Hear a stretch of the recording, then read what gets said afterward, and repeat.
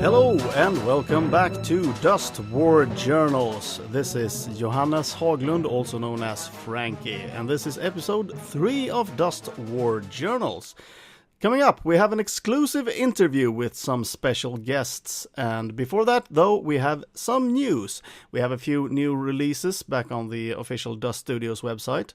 We got a new Steel Guard battle group, which is quite interesting. It's basically a box set of several of the Steel Guard's infantry squads.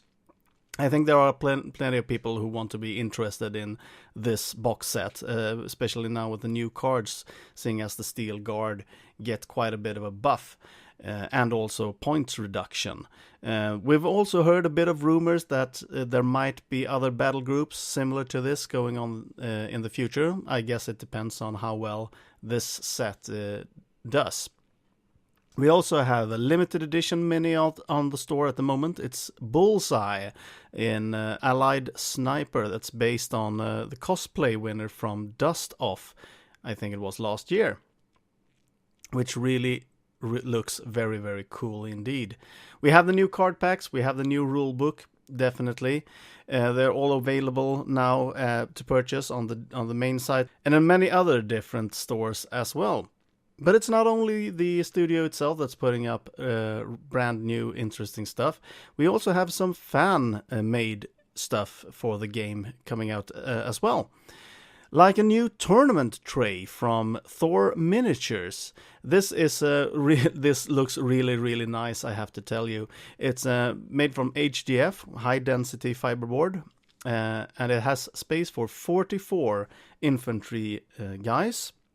And it also have 4 large spaces for walkers or support weapons. And there's only a small round inserts that you can put into those that fits 3 more infantry guys if you don't have walkers on the trays. These trays looks absolutely awesome. I urge you to go over to their website, thorminiatures.com, and check them out. You can get just a plain HDF version that you assemble yourself, or you can get one that has a metal back plate, which also is really cool, because that means that after you assemble everything, you can put small magnets in the bases of your miniatures, and they will stick to the tournament tray. And there's absolutely no risk of them getting knocked off if you bump the tray, or if you if you happen to bend it over or something like that. This thing looks really, really cool, and I can't wait to see it in person. And of course, we are now at the end of November, which means 'tis the time of sales. The studio itself is putting up a sale of premium KV-47 units, the ones that are part of the dog pack. That means the 3 original, the Nadja, the Natalia, the Natasha, I think, and also the 4 Mikhail, Melor, and so the M ones, basically. There's a sale on the premium version of those, and it's going on until December 31st or until they run out. So if you're at all interested in premium KV-47s, it's time to check out the Dust Studio sale. We also have the big FFG sale if you're after some older stuff. Much of the stuff in premium has already sold out. There's a lot of primed units as well available, and that sales goes on until November 28th. Unfortunately, if you don't live in the United States, the shipping cost is very, very high on that sale. And it hasn't started yet at the time I'm recording this, but I and many other people expect that Miniature Market is going to hold a big sale as well that will probably have some Dust stuff in it. They've said it's a Thanksgiving week sale, which means it will probably start now on Monday the 21st and go until Sunday the same week. And that's it for news. So let's head straight into the interview. So, this is the Dust War Journals live from Belgium, and we've just concluded the Dust European Masters Tournament, and you hopefully recognize my voice. This is Johannes Haglund, also known on the internet as Frankie.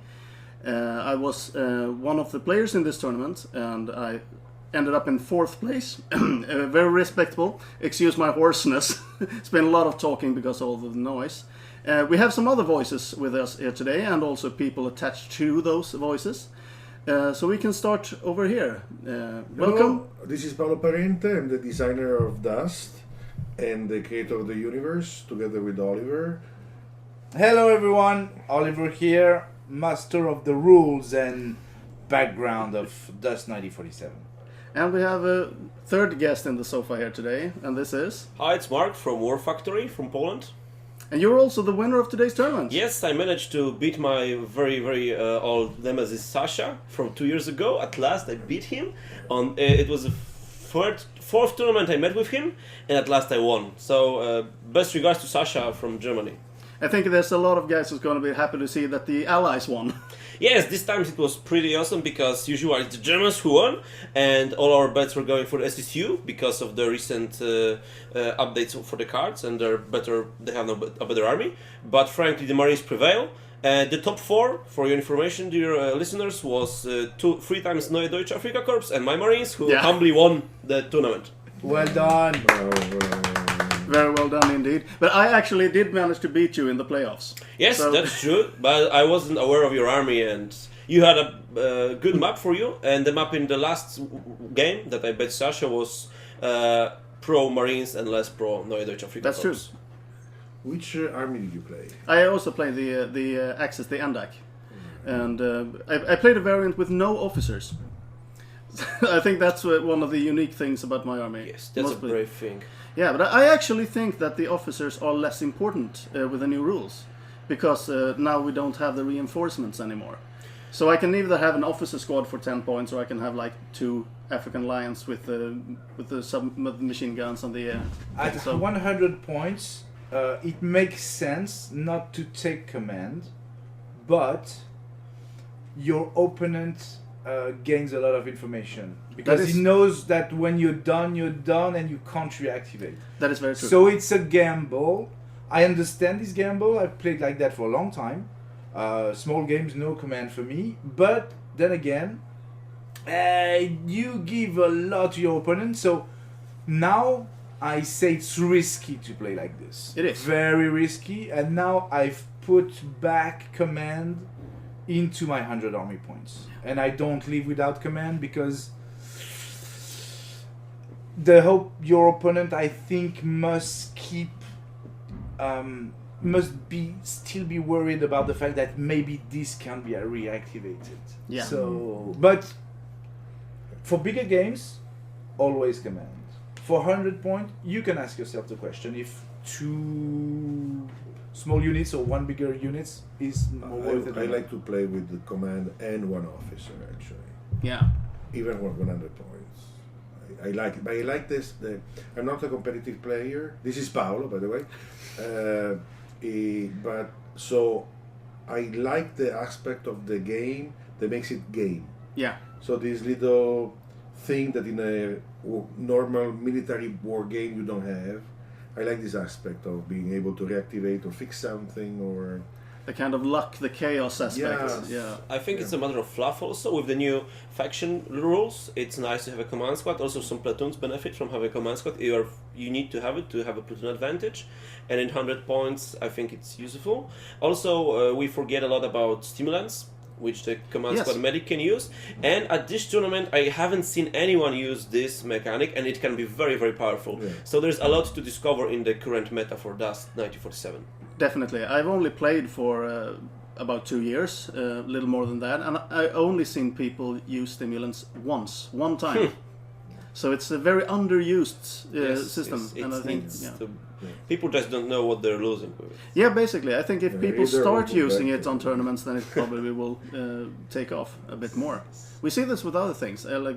It's meta shifting. I mean, last year at the Polish tournament, I played an army with 3 officers. So it's a big shift for me.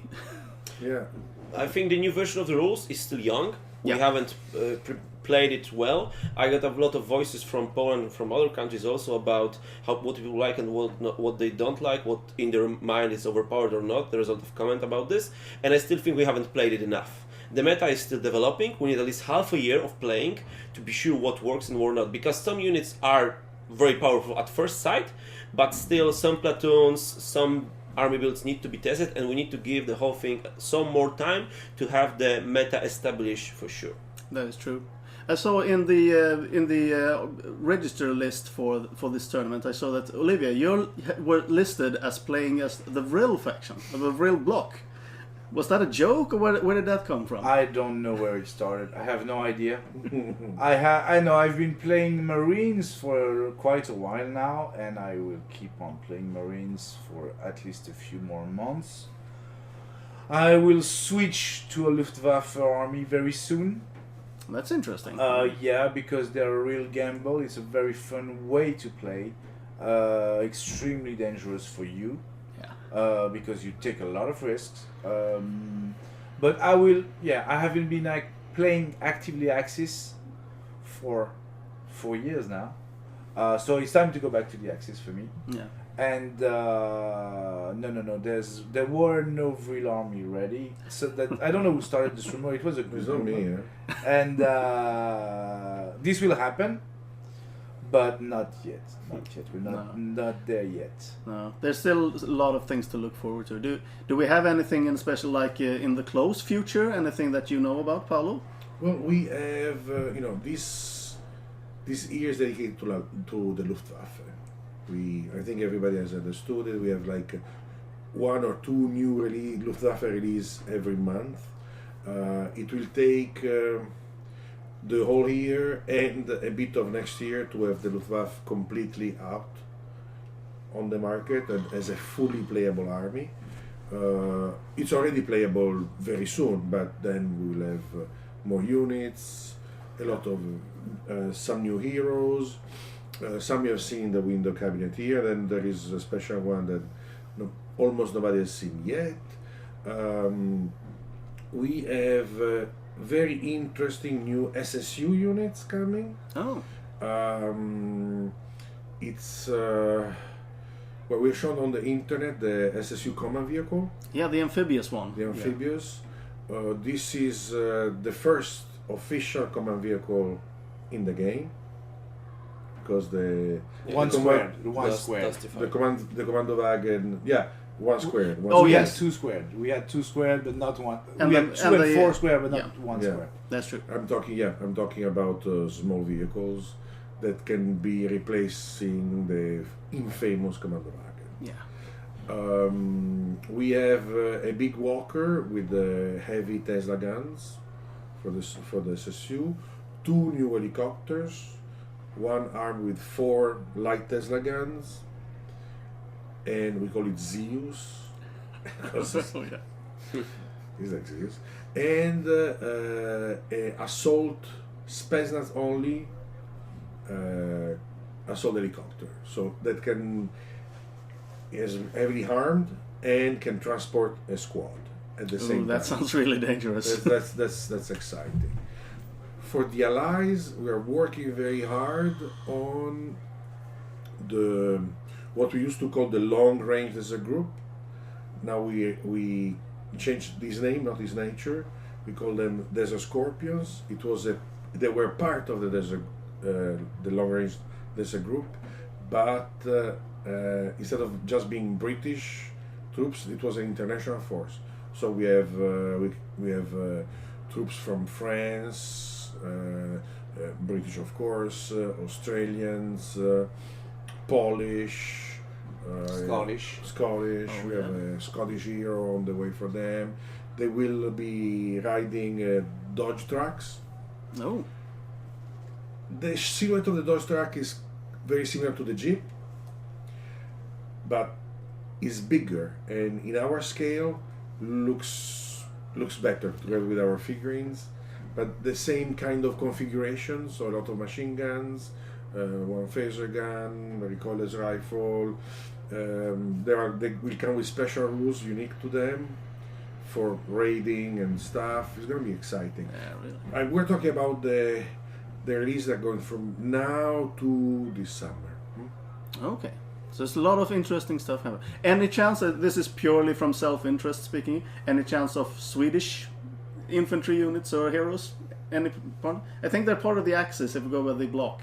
In the rulebook. Yeah, it's in the pipeline. It's a bit further away, but yeah. Of course, it's something we think about a lot. Absolutely, because we will need to expand to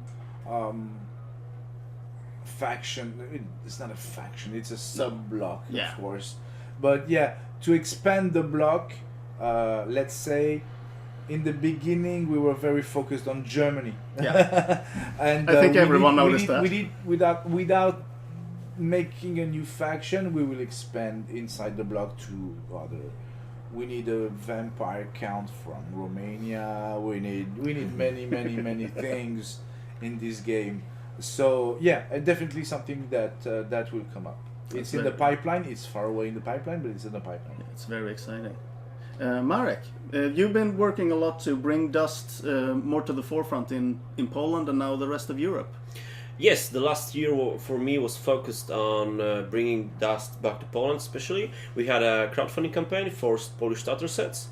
We prepared them, we got 190% of our target on this campaign, and we succeeded. Dust is now very alive and kicking in Poland.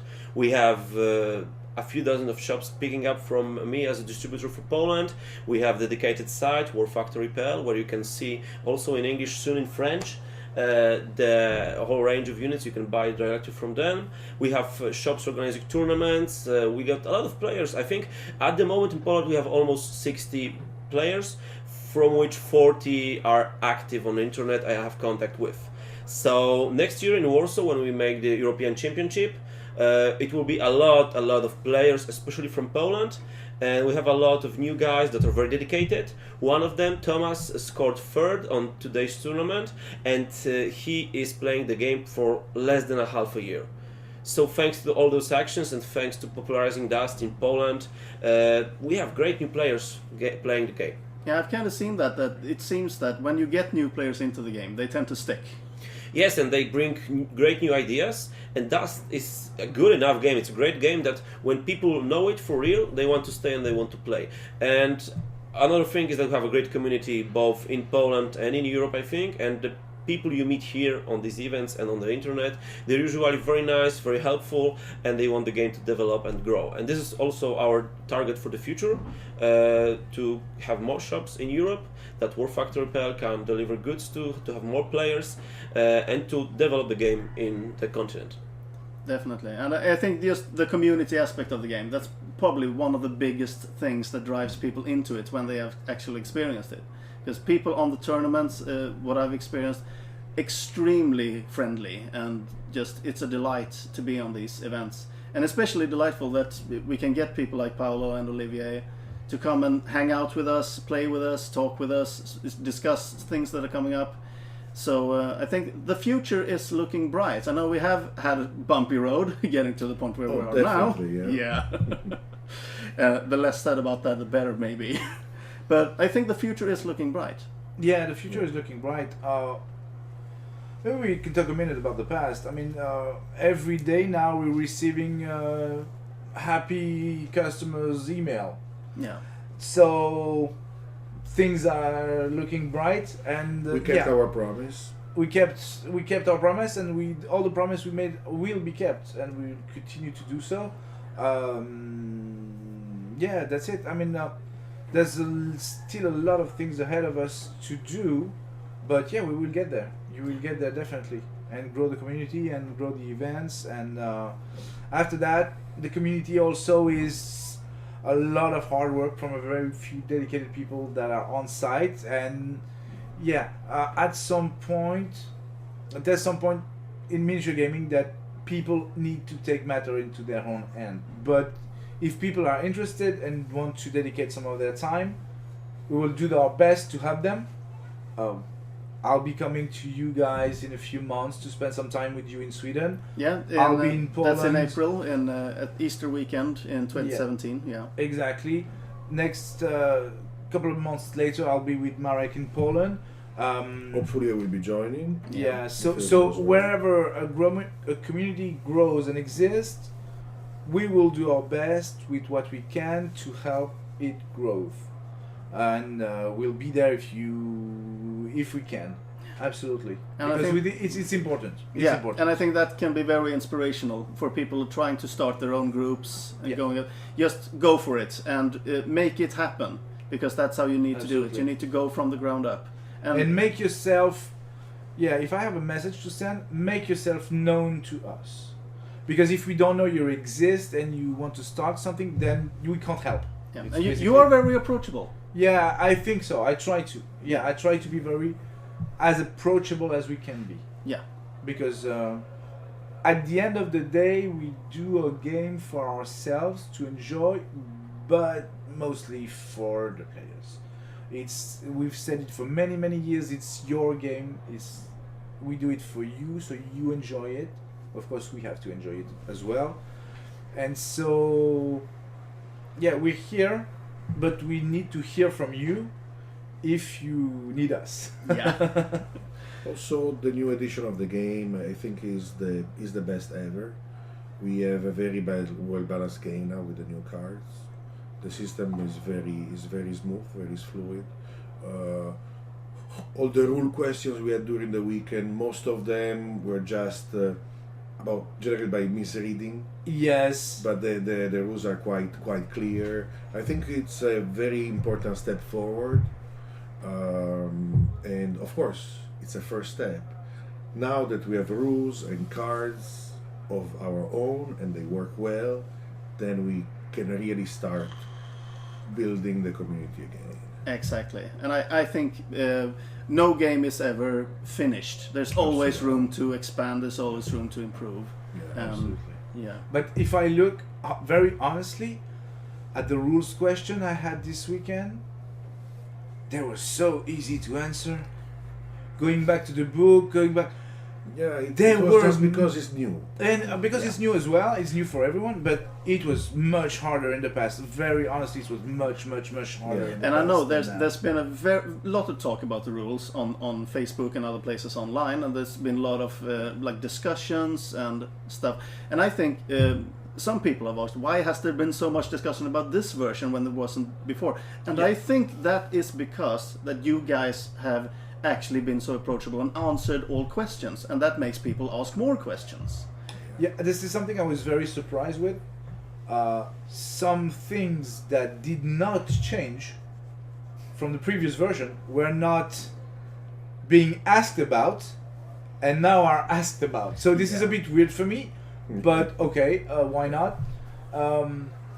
But the version of the rule is as close to perfection or to what we want as it can be at the moment. So No, we're very happy with it. yeah, we're very happy, and honestly, I'll go back to that.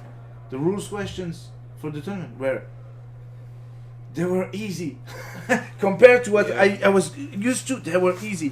I'm not saying it's perfect, of course, and we'll put out an FAQ, a very small FAQ soon. But honestly, we're pretty good. We're pretty. I pretty think good. there is a portion of the gamers that play freeform, what we used to call the Battlefield, that would have loved to have more deep rules for certain things that rationally, in my opinion, make sense the way they are. We are developing advanced rules for them that will be published in our next campaign, that is Operation Condor, coming out April, so maybe Oh yeah, that's definitely. I think many people are playing the freeform are going to look forward to that a lot. I yeah, think. so they will be happy to have the advanced rules and that amend what those rules they don't like. Yeah. So then they can play with the advanced rules. They can play with the regular rules. They can play with squares. Everybody will be happy to play the way they want. Coming next April, the rules will be out.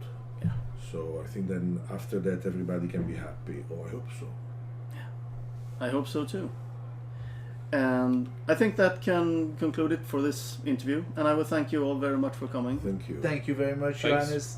And thank you all for listening. And I hope you still enjoy the podcast and that you enjoy playing Dust. And get back to us all if you have any questions about anything. So a big thank you to you from me. Paolo. Mark. And Oliver. Bye. And we're back after the interview. I hope you really enjoyed that. And let's go straight into tournament talk. Like we heard in the interview, Marek Laskowski from Poland won the entire tournament with his USMC army. And I think for many people that was kind of surprising. Some people thought the Axis would win because that's what they tend to do from certain people's point of view. Other people thought that the SSU would do really, really well because of the boost they've gotten in the cards.